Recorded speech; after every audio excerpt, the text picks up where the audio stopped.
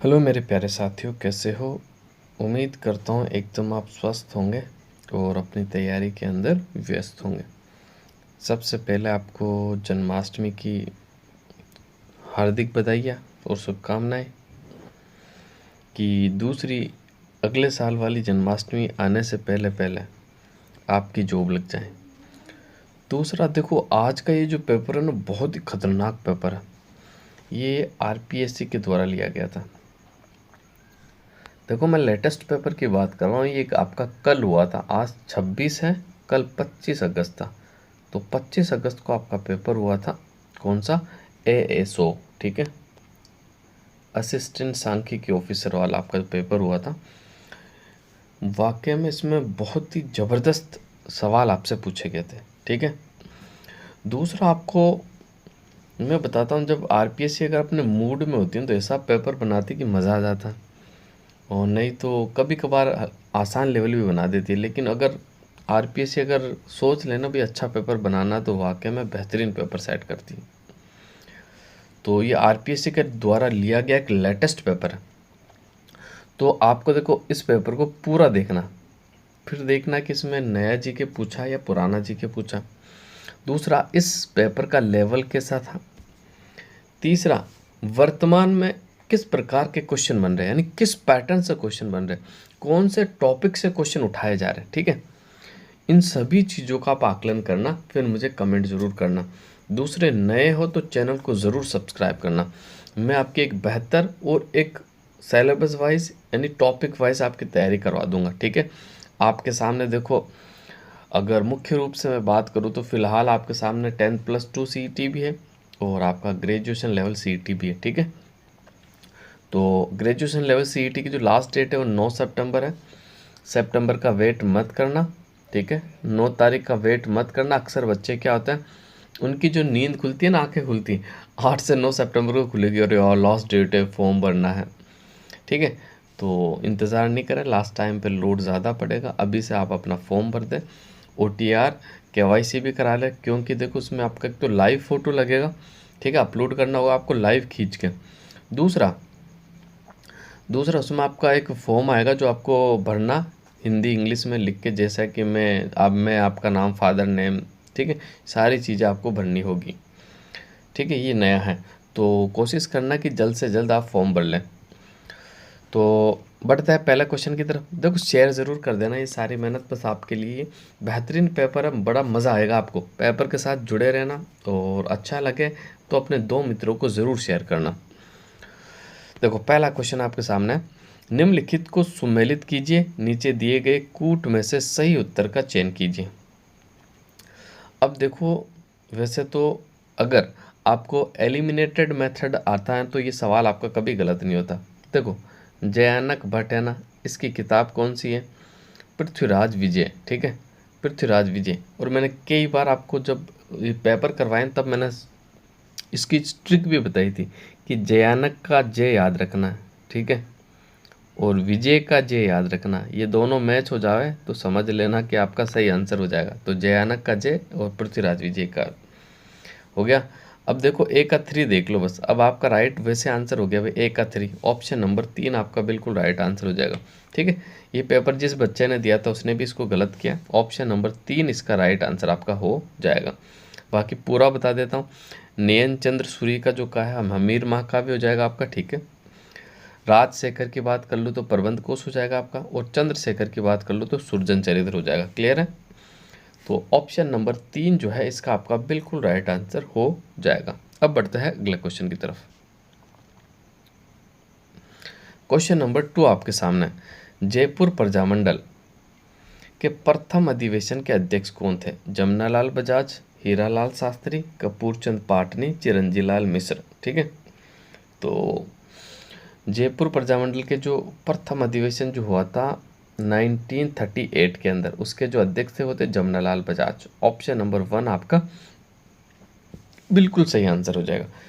और कपूरचंद पाटनी ने तो जयपुर प्रजामंडल की स्थापना करी थी उस समय, ठीक है, बिल्कुल आपको याद रखना है।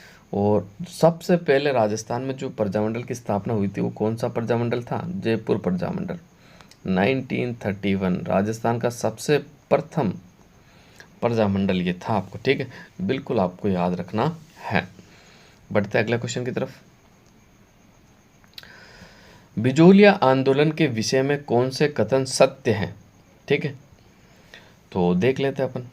देखो एक बात और बता देता हूँ, जो जिन जिन विद्यार्थियों ने ये पेपर दिया है वो ज़रूर जुड़े, बिल्कुल एक्यूरेट आपको मैं क्वेश्चन आंसर बताऊंगा, एक भी क्वेश्चन आपका आंसर किसी इधर उधर नहीं होने दूंगा, ठीक है, और कौन से % डिलीट होंगे वो भी मैं आपको बताने वाला हूँ।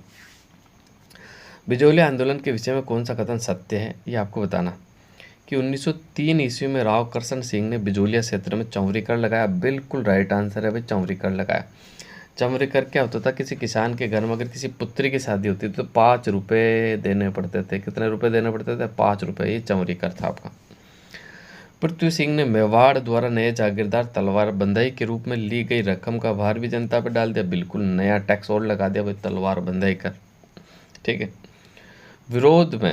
विरोध स्वरूप किसानों ने संपूर्ण जागीर पर हल नहीं चलाया। बिल्कुल बिल्कुल वे हल चलाना बंद कर दिया था उस समय, ठीक है। और ऑप्शन नंबर 4, पृथ्वी सिंह ने गलती को समझा और किसानों को कुछ रियायतें देने की घोषणा की। ये गलत है, ये तो उल्टा भार पटकता गया जनता पर। ये रियायत कैसे देगा? तो इसका जो राइट आंसर हो जाएगा 1 2 3, देख लो 1 2 3, ऑप्शन नंबर 2 जो है आपका बिल्कुल राइट आंसर हो जाएगा भाई। क्लियर है? अब बढ़ते हैं अगले क्वेश्चन की तरफ। अगला क्वेश्चन देखते हैं। ये अगला क्वेश्चन आपके सामने है। निम्नांकित में से कौन से कथन सत्य हैं? पहला कथन, रंग महल का उत्खनन VN मिश्रा और राजस्थान राज्य पुरातत्व विभाग ने संयुक्त रूप से 1959 में किया था। उत्तरी राजस्थान में रंग महल प्राक हड़प्पा युगीन पुरास्थल है। रंग महल का उत्खनन स्वीडन पुरातत्ववेत्ता हन्ना रियड ने 1952 से 53 में किया था। रंग महल संस्कृति कुषाण कालीन है। इसका जो राइट आंसर हो जाएगा, देखो ऑप्शन नंबर 3 और ऑप्शन नंबर 4 आपके बिल्कुल सही है। तो ऑप्शन नंबर 2 है जो आपका बिल्कुल राइट आंसर हो जाएगा। क्लियर है?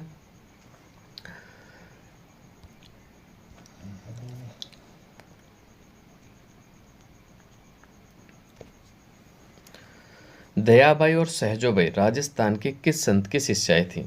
तो ये जो थी ये चरणदास जी की थी। ऑप्शन नंबर 3 जो है आपका बिल्कुल राइट आंसर हो जाएगा। क्लियर है?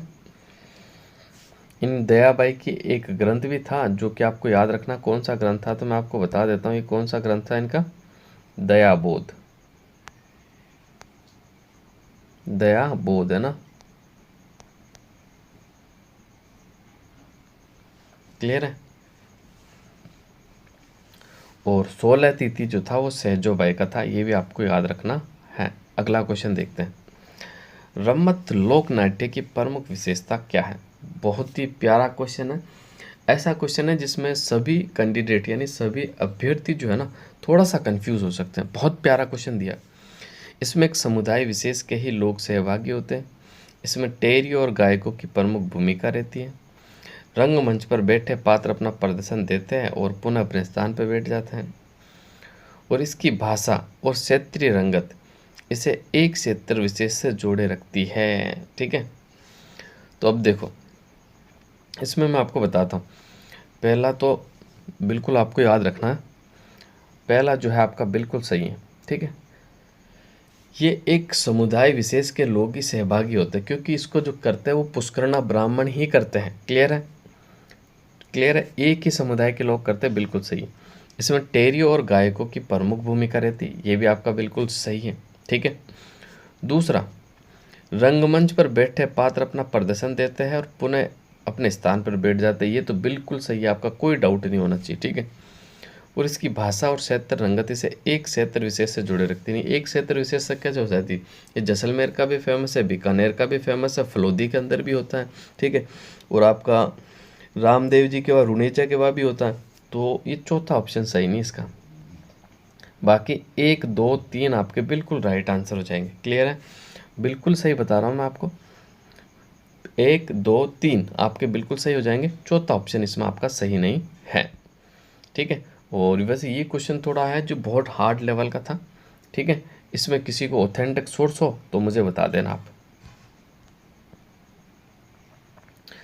शेखावटी में कृष्ण की 8 गोपियाँ एक हाथी के रूप में चित्रित है भित्ति चित्र कहाँ मिला था? ये बहुत अच्छा क्वेश्चन है। ये आपको मिला था गोयनका की हवेली फतेहपुर। ऑप्शन नंबर 3 आपका बिल्कुल राइट आंसर है ना, कोई डाउट नहीं है, 100% बिल्कुल सही आंसर मैं आपको बता रहा हूँ।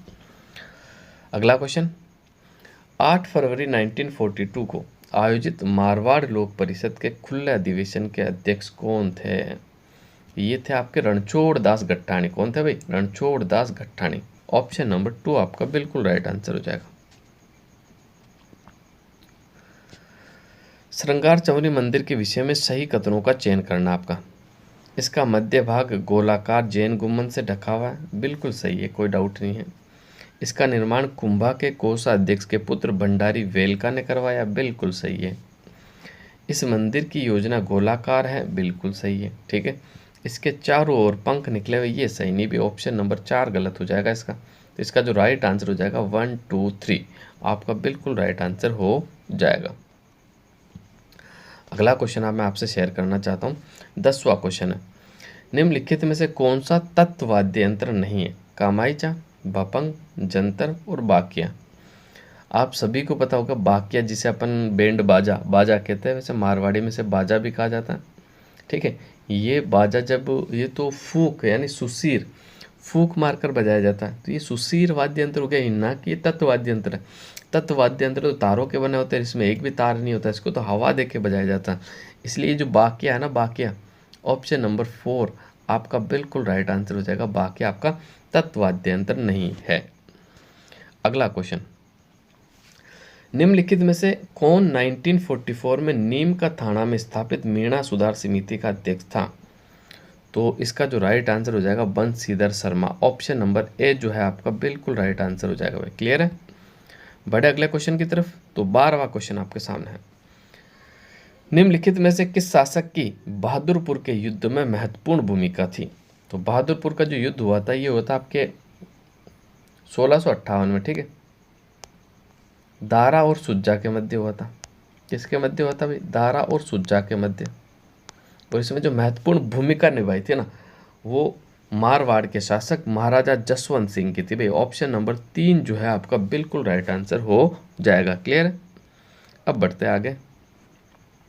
ये तो बहुत आसान क्वेश्चन दे दिया, ये तो मैथ से पढ़ने वाले जितने भी अभ्यर्थी है ना वो सभी कर लेंगे, ठीक है। ये बहुत आसान सवाल दे दिया, मैंने इनमें से कई सवाल आपको करवाए हुए हैं। जितने भी टफ सवाल है ना, अगर आप मेरे वीडियो देखोगे ना, कई सारे सवाल मैंने हूबहू बताए हुए हैं, ठीक है। आप देख लेना, बहुत सारे सवाल आपको मिल जाएंगे, ठीक है। मैं अपनी तारीफ नहीं करता, लेकिन मैं जब पेपर करवाता ना तो मुझे लगता है ना, हार्ड पेपर अगर मैं महत्वपूर्ण तथ्य लेता हूँ तो बहुत टफ टफ तथ्य ले लेता हूँ कभी, तो उन्हीं तथ्यों में से ये सवाल बने आपके। तो 13वां क्वेश्चन है कि इलायची और कमला राजस्थान की किस चित्र शैली की चित्रकार थी? तो ये नाथ द्वारा उपशैली की, जो कि मेवाड़ की उपशैली है। तो ऑप्शन नंबर 2 इसका आपका बिल्कुल राइट आंसर हो जाएगा, ठीक है। अगला क्वेश्चन, निम्नलिखित को सुमेलित कीजिए, नीचे दिए गए कूट में सही उत्तर का चयन करना, ठीक है। कान्हा व्यास की जो किताब है वो एकलिंग माध्यम है, ठीक है। अब देख लो, एक का टू 2 में है, ठीक है। पहला भी हो सकता, तीसरा तो हटा दो, इसमें तीसरा हटा दिया, चौथा भी हटा दिया। क्लियर? अब नाथा की जो किताब है वो कौन सी है? तो नाथा की जो किताब है वो वास्तु मंजरी है, ठीक है। अब एक का 4 देखो, ऑप्शन नंबर 1 आपका बिल्कुल राइट आंसर हो जाएगा। गोविंद की द्वार दीपिका और अत्रि और महस ये कीर्ति स्तंभ प्रशस्ति इन्होंने लिखी थी। सबसे पहले अत्रि ने शुरू किया था, अत्रि की डेथ होने के बाद महस ने इसको पूरा किया था, ठीक है। बहुत प्यारा क्वेश्चन है, बहुत टफ लेवल का क्वेश्चन है। वाकई में ऐसा पेपर होना तो मज़ा आता पेपर करने में। अजमेर संग्रहालय में प्रदर्शित लिंगोद्भव मूर्ति कहाँ से प्राप्त हुई थी? तो ये प्राप्त हुई थी हर्षनाथ के मंदिर सीकर से, हर्षनाथ सीकर से। ऑप्शन नंबर 2 आपका बिल्कुल राइट आंसर हो जाएगा। नो डाउट, 110% आपका बिल्कुल राइट है, कोई भी डाउट नहीं होना चाहिए आपको। अगला क्वेश्चन, लूणी नदी बेसिन की पूर्वी सीमा काला भूरा डूंगर बनाता है। बिल्कुल, ये पहले पूछा हुआ, कई बार मैंने ये सवाल करवाया आपको, ठीक है। अभी जो अभ्यर्थी क्लास देख रहे होंगे, सर ये कब आया सवाल, लेकिन मैंने करवाया हुआ है, इसलिए मैंने कहा ना मेरे पुराने सारे प्रश्न पत्र देख लो, बेहतरीन तैयारी हो जाएगी। वाकई में अगर आप फर्स्ट ग्रेड टीचर लेक्चरर बनना चाहते हो, ठीक है, सेकंड ग्रेड, थर्ड ग्रेड, तो एक बार सारे वीडियोस देखना, आपको मज़ा आ जाएगा। ऐसे ऐसे कंटेंट्स मैंने बना रखे हैं, ऐसे ऐसे मैंने क्वेश्चन करवा रखे हैं बेहतरीन लेवल के, कि वाकई में लगेगा आपको कि एक शानदार पेपर है आपका। तो बढ़ते आगे। तो लूनी नदी के बेसिन की पूर्वी सीमा कालापूरा डूंगर है, बिल्कुल सही है। ये नदी कणखे रच तक प्रभावित होती है, बिल्कुल सही है। उद्गम से बालोतरा के कस्बे तक इसका मीठा है, बिल्कुल सही है। चौथा, ये राजस्थान के कुल अपवाह क्षेत्र का 5.6%, ये गलत हो गया भैया, ये गलत हो गया। कई बार मैंने आपको नदियों के अपवाह क्षेत्र बताए।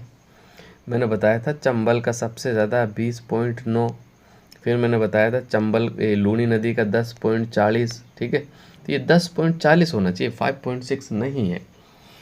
तो इसका जो राइट आंसर हो जाएगा ऑप्शन नंबर 4 असत्य है।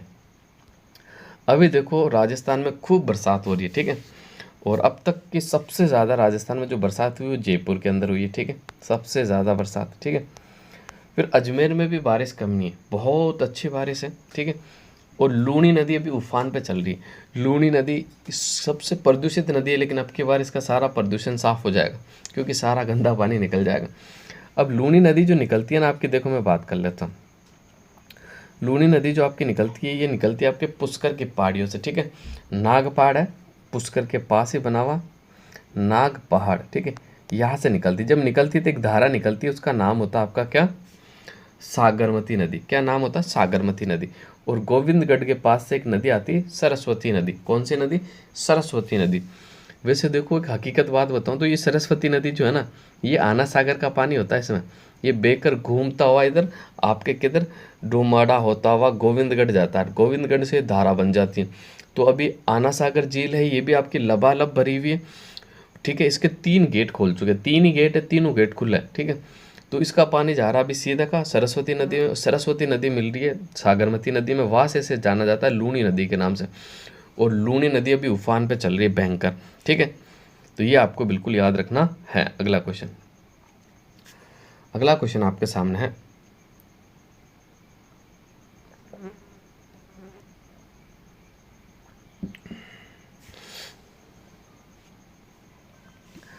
जनगणना 2011 के अनुसार राजस्थान में नगरीय क्षेत्र में 800 से कम लिंगानुपात रखने वाला जिला कौन सा होगा। तो देखो ये क्वेश्चन आपका डिलीट हो जाएगा भैया ना, ये क्वेश्चन आपका डिलीट होगा। सर क्यों डिलीट होगा, डिलीट इसलिए होगा कि 800 से कम लिंगानुपात वाला एक भी नगरीय क्षेत्र नहीं है, ठीक है। सबसे कम है आपका जैसलमेर का, उसका 807 है। तो 800 से कम तो एक भी जिला नहीं है, तो ये तो डिलीट होगा आपका क्वेश्चन, ठीक है। और देखो मैं भारत के लिंगानुपात की बात कर लूँ तो 943 है, राजस्थान के लिंगानुपात की बात कर लूँ तो 928 है, ठीक है। बिल्कुल आपको याद रखना। राजस्थान में सर्वाधिक लिंगानुपात डूंगरपुर का है 994, कितना, 994 सर्वाधिक डूंगरपुर का, ठीक है। बढ़ते अगले क्वेश्चन की तरफ। राजस्थान के एक कृषि जलवायु प्रदेश के संबंध में निम्नलिखित तथ्यों को सावधानी पूर्वक पढ़ना है। इस प्रदेश में औसत वर्षा 30 से 50 सेंटीमीटर, बिल्कुल सही है। इस प्रदेश में लाल रेतीले सिरोज मृदा पाई जाती है, ठीक है। गेहूँ, सरसों, तिल इस प्रदेश की मुख्य रबी की फसलें, बिल्कुल सही है। तो ये कौन से जलवायु प्रदेश में, ये सेकंड बी हो जाएगा आपका। कौन सा हो जाएगा भाई, सेकंड बी, लूनी नदी वाला सेकंड बी आपका जो है बिल्कुल राइट आंसर हो जाएगा। ऑप्शन नंबर 4 आपका बिल्कुल सही आंसर हो जाएगा। क्लियर। नेक्स्ट आगे, निम्नलिखित में से कौन सा एग्रो फूड पार्क रिको द्वारा विकसित नहीं किया गया है। देखना, बोरानाडा जोधपुर बिल्कुल रिको के द्वारा विकसित किया गया है। उद्योग विहार श्रीगंगानगर बिल्कुल रिको के द्वारा। राणपुर कोटा बिल्कुल आपका रिको के द्वारा। लेकिन ऑप्शन नंबर 2 नजर आ रहा होगा आपको, किशनगढ़ अजमेर, ये आपका रिको के द्वारा विकसित नहीं किया गया। ऑप्शन नंबर 2 जो है आपका बिल्कुल सही आंसर हो जाएगा। अब देखो एग्रो फूड पार्क के बारे में मैंने बेहतरीन सवाल करवाए थे। देखो 2 सवाल बड़े अटपटे पूछे गए थे जब स्टार्टिंग में, तो उन सवालों के उत्तर आप देने की कोशिश करना कि सबसे बड़ा एग्रो फूड पार्क कौन सा, पहला सवाल। और दूसरा सवाल ये कि सबसे छोटा एग्रो फूड पार्क कौन सा। कमेंट करके बताना। इसके जवाब जो देगा वो बिल्कुल भाई अच्छे से तैयारी करना, लेकिन बेहतरीन तैयारी करना, ठीक है। तो बिल्कुल इसका उत्तर देने की कोशिश ज़रूर करना।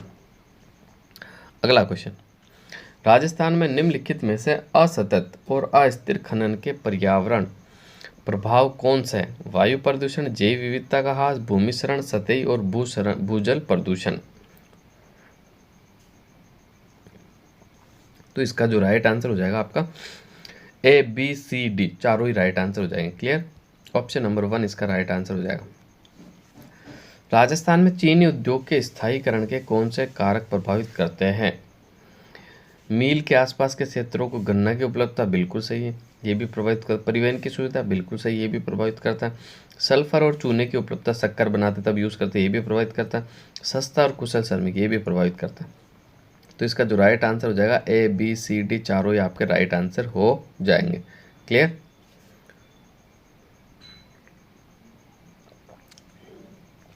भारत वन स्थिति रिपोर्ट 2021 के अनुसार राजस्थान में वनावरण था 16,655 वर्ग किलोमीटर। ऑप्शन नंबर 3 जो है आपका बिल्कुल सही आंसर हो जाएगा। क्लियर है? 23वां क्वेश्चन आपके सामने। निम्नलिखित में से कौन सा सुमेलित नहीं है? लूनी बेसिन को नहर के नाम से जाना जाता है, बिल्कुल सही। गग्गर के मैदान को नाली कहा जाता है, बिल्कुल सही। शेखावटी प्रदेश में जोड़ कुएं मिलते हैं, बिल्कुल सही है। नागौर की उच्च भूमि डोरा पर्वत है, ना या ना ना ना नहीं, ये गलत हो गया भैया। ऑप्शन नंबर 4 डोरा पर्वत तो जालौर में पड़ता है भाई। कहाँ पड़ता है? कई बार मैंने बताया आपको, कई बार। इसराना भाकर, रोजा भाकर, डोरा, ठीक है, ये मैंने कितनी बार बताया। डोरा पर्वत की ऊंचाई कितनी, ये भी मैं आपसे शेयर कर चुका हूँ, 869 मीटर, ठीक है। और ये आपके पश्चिमी राजस्थान की सबसे ऊंची चोटी भी है, ये भी मैं आपको बता चुका हूँ, तो बिल्कुल आपको याद रखना है। जनगणना 2011 के अनुसार राजस्थान में 5 लाख से अधिक जनसंख्या वाले नगरीय संकुल कितने हैं? तो इसका जो राइट आंसर हो जाएगा 5। कितने हैं भाई? 5 हैं, ठीक है। जयपुर, जोधपुर, कोटा, बीकानेर, अजमेर, ये 5 जिले ऐसे हैं जो इनकी जनसंख्या 5 लाख से अधिक है।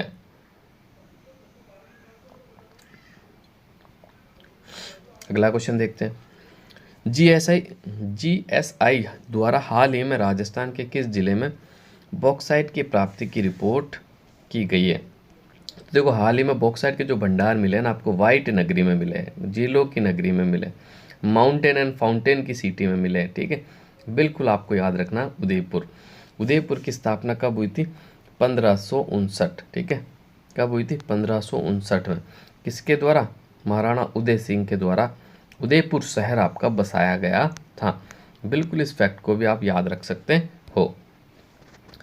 अगला क्वेश्चन, सूखा संभावित क्षेत्र कार्यक्रम DPAP शुरुआत में भारत सरकार और राजस्थान सरकार में वित्त पोषण का अनुपात क्रमश था, ठीक है।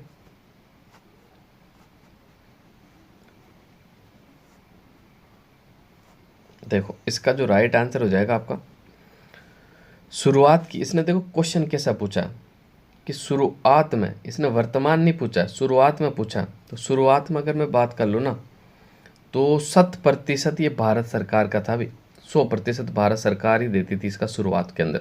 और वर्तमान में जो रेशियो है वो तो 75-25 है। और इसके बाद में आपका 50-50 भी हुआ था इन दोनों के बीच में, ठीक है। लेकिन शुरुआत में जब स्टार्ट हुआ था ना, तो 100% भारत सरकार के द्वारा चलाया गया था। और वर्तमान में 75-25 है। अगला क्वेश्चन, राजस्थान में निम्नलिखित में से कौन सी मृदा दक्कन ट्रैप से विकसित और निर्मित है? तो इसका जो राइट आंसर हो जाएगा काली मिट्टी, क्योंकि काली मिट्टी बेसाल्ट चट्टानों के टूटने से बनती है, इसका रंग काला हो जाता है, ठीक है। और ये हाड़ौती के पठार में पाई जाती है। 2011 की जनगणना के अनुसार राजस्थान में 15 से 24 वर्ष के आयु वर्ग के युवाओं की साक्षरता दर क्या है? देखो, तो इसकी साक्षरता दर हो जाएगी आपकी 81.73। कितनी? ऑप्शन नंबर 2 जो है आपका बिल्कुल राइट आंसर हो जाएगा 81.73। क्लियर है? यानी ऑप्शन नंबर 2 आपका बिल्कुल राइट आंसर हो जाएगा। राजस्थान की साक्षरता दर की बात कर ले तो आप सभी को पता है 66.1% है, ठीक है।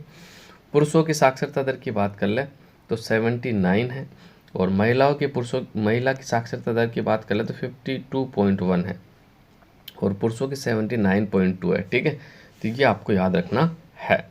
अगला क्वेश्चन, राजस्थान के मुख्यमंत्री युवा संबल योजना 2024 के अंतर्गत पुरुष और महिला को बेरोजगारी भत्ता क्रमशः है। तो देखो,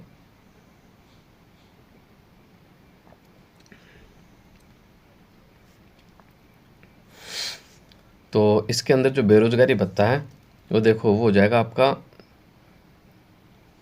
4,000। देखो इसका जो राइट आंसर हो जाएगा 4,000 और 4,500 प्रति माह। ठीक है, ऑप्शन नंबर 3 जो है आपका बिल्कुल राइट आंसर हो जाएगा। तीसरा क्वेश्चन आपके सामने है, कौन सा सौर ऊर्जा संयंत्र जिला सही सुमेलित नहीं है। ठीक है, अगोरिया बाड़मेर में पड़ता है, मोकला जैसलमेर में पड़ता है, गोरीर झुंझुनू। ये धुनी जो है ना, ये सीकर में नहीं है, ये आपका जोधपुर में पड़ता है। कहाँ पड़ता है? जोधपुर के अंदर पड़ता है। और ये धुनिया है, वैसे इसका पूरा नाम क्या है? धुनिया, लेकिन इसने शॉर्ट में लिखा हुआ धुनी। ठीक है, अगला क्वेश्चन, वित्त विभाग द्वारा शुरू की गई एमनेस्टी स्कीम 2024 के बारे में निम्नलिखित कथनों पर विचार करना है। ये बकाया कर, मांगों और विवादित राशियों को समाधान करती है, ये तो आपका बिल्कुल सही है। इसका उद्देश्य लघु उद्यमियों को अनुदान प्रदान करना, अनुदान नहीं देती है, सब्सिडीज नहीं देती, ये तो केवल डिस्काउंट छूट देती है बस। अगर मान लो किसी का 1 करोड़ था, 1 करोड़ का ब्याज बन रहा 20 लाख, तो ब्याज के अंदर ये डिस्काउंट कर देते, 10 लाख लेके मामला निपटा देते हैं। तो इसका जो राइट आंसर हो जाएगा आपका केवल एक सत्य, भी कथन नंबर 1 सत्य हो जाएगा। नेक्स्ट, निम्नलिखित में से कौन film sunflower the first ones to know के निर्देशक है, जिसने 77वें कॉन्स फिल्म महोत्सव में ला सिनेफ का पुरस्कार जीता था। तो इसका जो राइट आंसर हो जाएगा चिदानंद नायक। क्या हो जाएगा? चिदानंद नायक। ऑप्शन नंबर 3 आपका बिल्कुल राइट आंसर हो जाएगा। राजस्व विभाग राजस्थान की अधिसूचना के द्वारा नवगठित 17 जिलों और 3 संभागों की प्रशासनिक आवश्यकता के संबंध में समीक्षा हेतु गठित मंत्रिमंडलीय उप समिति का निम्नांकित में से कौन सदस्य नहीं है? सुरेश सिंह रावत ये तो है, हेमंत मीणा ये भी है, राज्यवर्धन सिंह राठौड़ ये भी है, लेकिन ये जोगाराम पटेल नहीं है। ऑप्शन नंबर 3 आपका बिल्कुल राइट आंसर हो जाएगा। वैसे इसमें 5 सदस्य, एक तो आपके प्रेमचंद बेरवा और एक आपके कन्हैया लाल। ठीक है, ये 5 सदस्य बनाए गए। ठीक है, बिल्कुल आपको याद रखना है। अगला क्वेश्चन, वैश्विक सैन्य खर्च SIPRI सिप्री की रिपोर्ट 2024 के अनुसार 2023 में भारत कौन से स्थान पर था? तो भारत था आपके 4थे स्थान पर। ठीक है, सबसे ऊपर आपका USA है खर्च करने में। USA के बाद में बात कर लेता हूँ तो आपका चाइना आ जाता है। चाइना के बाद में बात कर लेता हूँ आपका रसिया आ जाता है। रसिया के बाद आपका इंडिया आ जाता है। क्लियर है? बेहतर जल प्रबंधन के लिए राजस्थान में राज्य जल संसाधन सूचना प्रणाली डैशबोर्ड किस माह में प्रारंभ किया गया? तो ये मार्च 2024 में। ऑप्शन नंबर 1 जो है आपका बिल्कुल राइट आंसर हो जाएगा। अगला question, Rajasthan college education society राजसेस के अंतर्गत संचालित 303 महाविद्यालयों की समीक्षा हेतु गठित उच्च स्तरीय समिति का संयोजक निम्नलिखित में से किसे नियुक्त किया गया है? तो ये किया गया professor Kailash Chand सोढ़ानी। Option number 2 जो है आपका बिल्कुल राइट आंसर हो जाएगा, प्रोफेसर कैलाश चंद सोढ़ानी। अगला क्वेश्चन, मई 2024 में दूरदर्शन किसान चैनल द्वारा लॉन्च किए गए AI आर्टिफिशियल इंटेलिजेंसी एंकर्स के नाम से निम्नलिखित में से कौन से हैं? तो 37 का जो राइट आंसर हो जाएगा, एक तो क्रस और भूमि। ऑप्शन नंबर 4 आपका बिल्कुल राइट आंसर हो जाएगा। मई 2024 में ATD association for talent development best awards USA में NTPC ने वैश्विक स्तर पर कौन सा स्थान हासिल किया है?